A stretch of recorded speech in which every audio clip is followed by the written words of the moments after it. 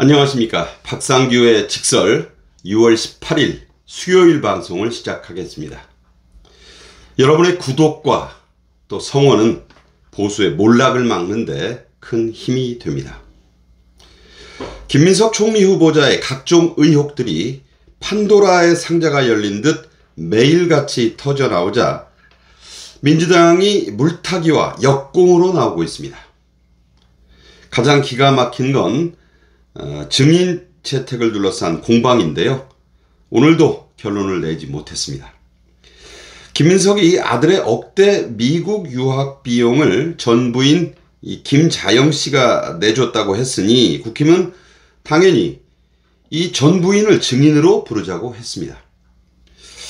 전 부인이 낸 게 맞다면 송금 영수증 등 증빙 서류를 제출하면 될 일이죠. 그런데 이런 자료 전혀 제출이 안 됐고 이러자 김민석은 갑자기 남자로서 무력감을 느낀다는 희한한 말로 민주당과 개딸들에게 사실상의 구원 요청 SOS를 보냈습니다. 또 김민석이 모친이 소유한 빌라를 사실상의 후원자인 건설업자가 2억 원에 1년간 전세 계약을 했는데 그로부터 한 달 뒤인 이 뒤에 김민석의 현재 부인이 2억 5천만 원에 다시 전세 계약을 했어요.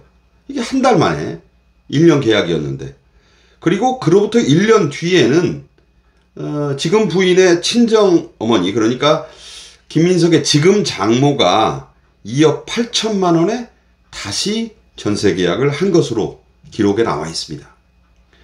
이게 누가 봐도 이상하지 않습니까?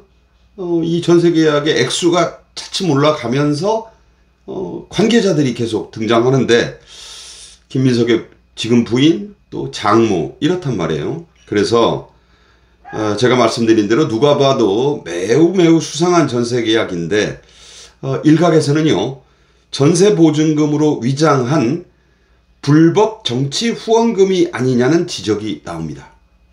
타당한 지적이라고 저는 보고 있어요. 이 사실을 규명하려면 마땅히 이 관련자들이 증인으로 소환되거나 나는 아니라는 자료를 내면 됩니다. 그런데 아무 움직임이 없어요.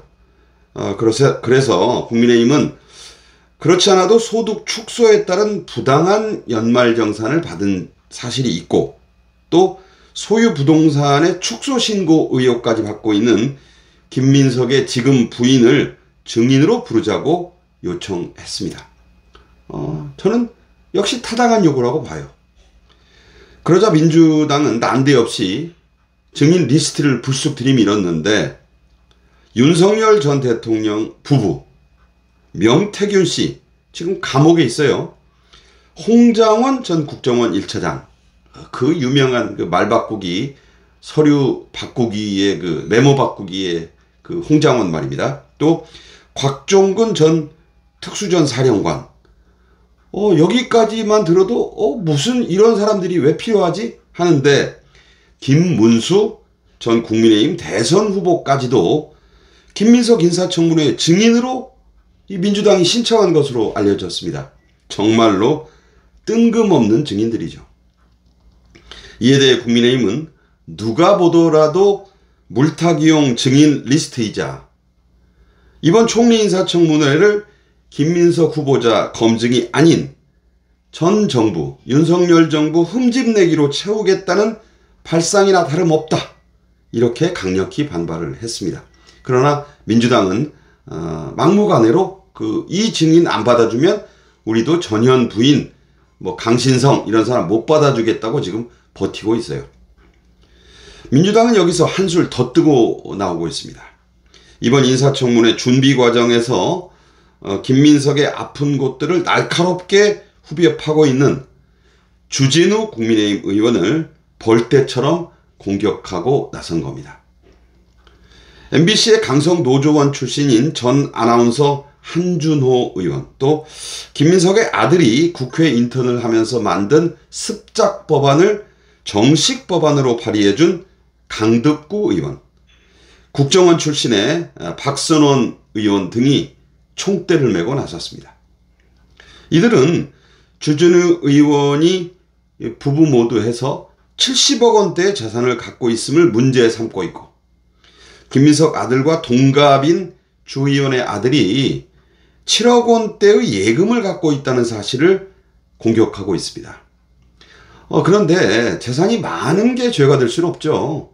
문제는 석연치 않은 재산의 흐름이나 재산 형성 과정에 있는 겁니다. 주 의원은 선대로부터 물려받은 재산이 많았고 증여세 등 관련된 세금을 모두 납부한 사실이 다 있는, 기록으로 있는 합법적 재산이라며 이 한준호, 강득국, 박선원을 허위사실 유포 혐의로 고발하겠다고 밝혔습니다. 국민의힘 총리 후보자 인사청문위원들은 97건의 자료를 제출해달라고 김민석 측에 요청했는데 오늘까지 온 것, 실질적으로 달랑 2건이라고 합니다. 국민의힘 간사인 배준영 의원은 의혹의 핵심인 소득 관련 자료들은 꽁꽁 감춰뒀다가 인사청문회 날에 이 김민석이 직접 들고 나와 설명하겠다고 한다면서 이게 말이 되느냐, 떳떳하다면 왜 자료를 미리 못 주느냐고 했는데 국민의힘 이런 요청을 해도 민주당은 모르쇠로 일관하고 있습니다.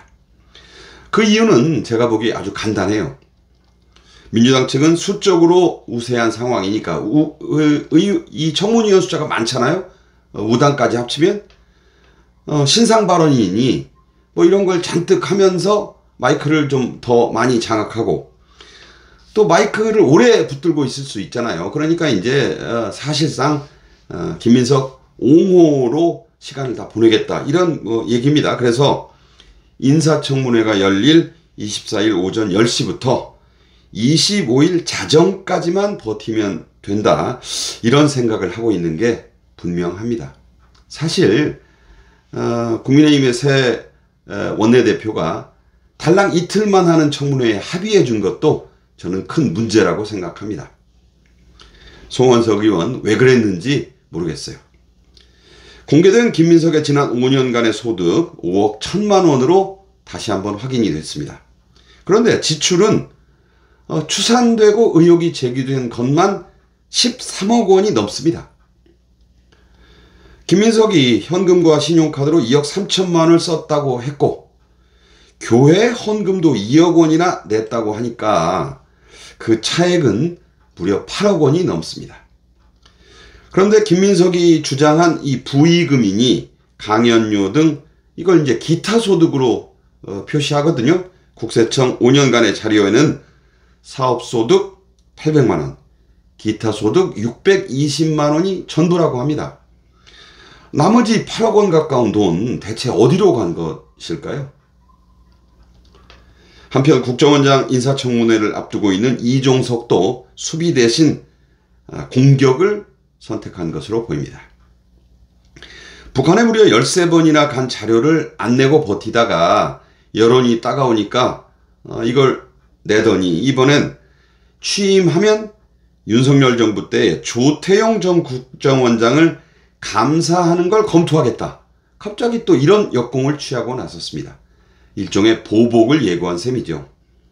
이종석은 3년간 16번의 교통 과태료 딱지를 뗐습니다. 그런데 그 가운데 6번이 스쿨존, 그러니까 아이들 다니는 곳에서 신호를 무시하고 속도를 더 낸 혐의를 받고 있습니다.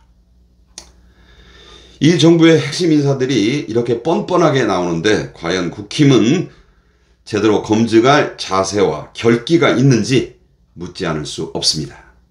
지금까지 박상규의 직설이었습니다. 감사합니다.